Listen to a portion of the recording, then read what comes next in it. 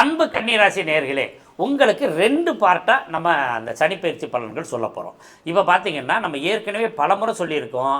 நண்பர்களால் ஏமாற்றப்படுவீர்கள். பணம் கொடுத்த இடத்துல வராது. நீங்கள் வாங்கிய இடத்துல கொடுக்க முடியாது. நிறைய கணவன் மனைவி பிரச்சனைகளை சந்திப்பீங்க அப்படின்னு நம்ம நிறைய விஷயங்கள் சொல்லியிருந்தோம். ஆனால் இந்த வருடத்தில் இந்த சனி பெயர்ச்சி ஆனதுலேருந்து இந்த டிசம்பர் வரை, அதாவது அக்டோபர் வரை பர்ஃபெக்டாகவும், டிசம்பர் வரை அதனுடைய ப்ளஸ்ஸும் கிடைச்சிக்கிட்டு தான் இருக்கும். இந்த வருடம் உங்களுக்கு மிகப்பெரிய அதிர்ஷ்ட வருடமாக தான் ஆரம்பிக்குது. காரணம் என்னன்னு கேட்டிங்கன்னா, 7ஆம் இடத்துல சனி இருக்கார் மீனத்தில். கடகராசியிலேருந்து குரு பயிற்சி ஆனதுக்கு பின்னாடி மீன ராசியை பார்ப்பார். அப்போ இந்த பாவ கிரகத்தினுடைய பாவ பலன் அதிகமாக வராது, சுப பலன்களை மாற்றி தருவார். அப்போ கன்னிராசிக்கு 5ஆம் இடம் என்பது புத்திர பாக்கியம். புத்திரர்களால் மேன்மை அடைவீர்கள். புத்திர பாக்கியம் இல்லாதவங்களுக்கு புத்திரர்கள் கிடைக்கும். 6ஆம் இடம் வம்பு வழக்கு கடன் நோய் பிரச்சனை இது எல்லாமே சால்வ் ஆகும். ஏன்னா 6ஆம் இடத்து அதிபதி சனி குருவால் பார்க்கப்படுறதுனால உங்களுக்கு இந்த கடன்லேருந்து விடுபட்டுருவீங்க. கடனை ஈஸியாக கட்டுறதுக்கு வாய்ப்பு கிடைக்கும்.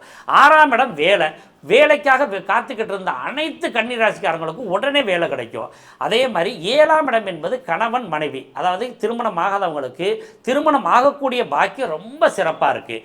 கன்னிராசிக்கு 4ஆம் இடத்தை சனி பார்க்குறாரு இல்லையா, அப்போ பழமையான வீடு வாங்குறது நல்லது. இல்லாட்டி வீடு வாங்குறத மட்டும் கொஞ்சம் தவிர்க்கிறது கூட நல்லது.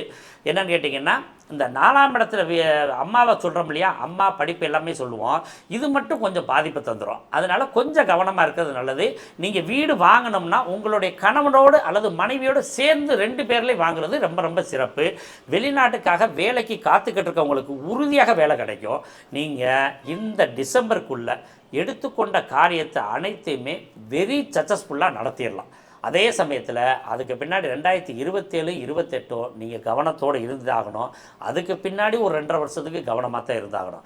ஆக தொழில் செய்யணும்னு நினைக்கிறவங்க கட்டாயம் கொஞ்சம் கவனமாக இருந்து தான் பண்ணணும். தொழில் செய்யாமல் இருக்கிறதா ரொம்ப சிறப்பு. வேலைக்கு போகிறது மிக மிக உத்தமம். ஏற்கனவே பண்ணிக்கிட்டு இருக்க தொழில் எப்படி இருக்கும் அப்படின்னு கேட்டிங்கன்னா, இந்த வருஷம் உங்களுக்கு எந்த பிரச்சனையும் இல்லை.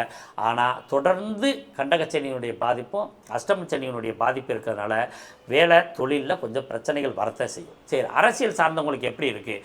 இந்த டிசம்பர் வரை ரொம்ப பிரமாதமாக இருக்குது. எந்த துறையில் நீங்கள் இருந்தாலும் அந்த துறையினுடைய வெற்றி அடைவீர்கள். அதே சமயத்தில் இந்த 2026 முடிகிறதுக்குள்ளே உங்களை நீங்கள் நல்லா ஸ்டாண்டர்ட் பண்ணிக்கிறணும். அதுக்கு பின்னாடி நம்ம நினைக்கிறது மாதிரி நடக்காது. அது நடக்கிற மாதிரி தான் நம்ம நினைக்க வேண்டிய சூழ்நிலைகள் வரும். பொதுவாக இந்த வருடம் கன்னிராசிக்கு வேலை வாய்ப்பு, புத்திர பாக்கியம், திருமணத்தில் அமோகமாக வெற்றி கொடி கட்டுவீர்கள். ஏன்னா எல்லா விஷயமும் உங்களுக்கு சக்ஸஸ் ஆகும். நண்பர்கள் ஏற்கனவே எதிரியாக இருந்தாங்களோ அவங்களே திருப்பி வருவாங்க. விட்டுட்டு போன காதலி திரும்பி வருவான், விட்டுட்டு போன காதலன் திரும்பி வருவான். நீங்கள் நினச்ச மாதிரி ஒரு திருமணம் ஃபிக்ஸ் ஆகும். அதுவும் திடீர்னு ஃபிக்ஸ் ஆகும். 1 மாதத்துலேருந்து 3 மாதத்துக்குள்ள கல்யாணம் முடிஞ்சிடும். அதுக்குள்ளே நீங்கள் எல்லாத்தையும் நீங்கள் ரெடி பண்ணி வச்சுக்கிற வேண்டியது தான். அதே மாதிரி இந்த புத்திர பாக்கியத்துக்காக ரொம்ப கஷ்டப்பட்டுக்கிட்டு இருந்தாங்க இல்லையா, ஹாஸ்பிட்டலாக போயிட்டு இருந்தோம் இல்லையா, அவங்களுக்கு ஒரு அழகான செய்தி, நல்ல செய்தியாகவும் நல்ல குழந்தை பேரும் இந்த வருஷம் உண்டு. நீங்கள் எதை பற்றியும் கவலைப்பட வேண்டியதில்லை. இந்த வருடத்தை நாம் நல்லா இறுக்கி பிடிச்சிக்கிட்டோம்னா இந்த வருடத்தினுடைய வருமானம் பலன்கள் இன்னும் உங்களுக்கு 3 வருஷம் 4 வருஷத்துக்கு அது தாக்கு பிடிக்கிற அளவுக்கு நீங்கள் செயல்படுத்தலாம். பொதுவாக கவனிக்க வேண்டிய ராசிகளில் கன்னி ராசி இருந்தாலும் இந்த வருஷம் அதிர்ஷ்டம் மிகுந்த ராசி தான்.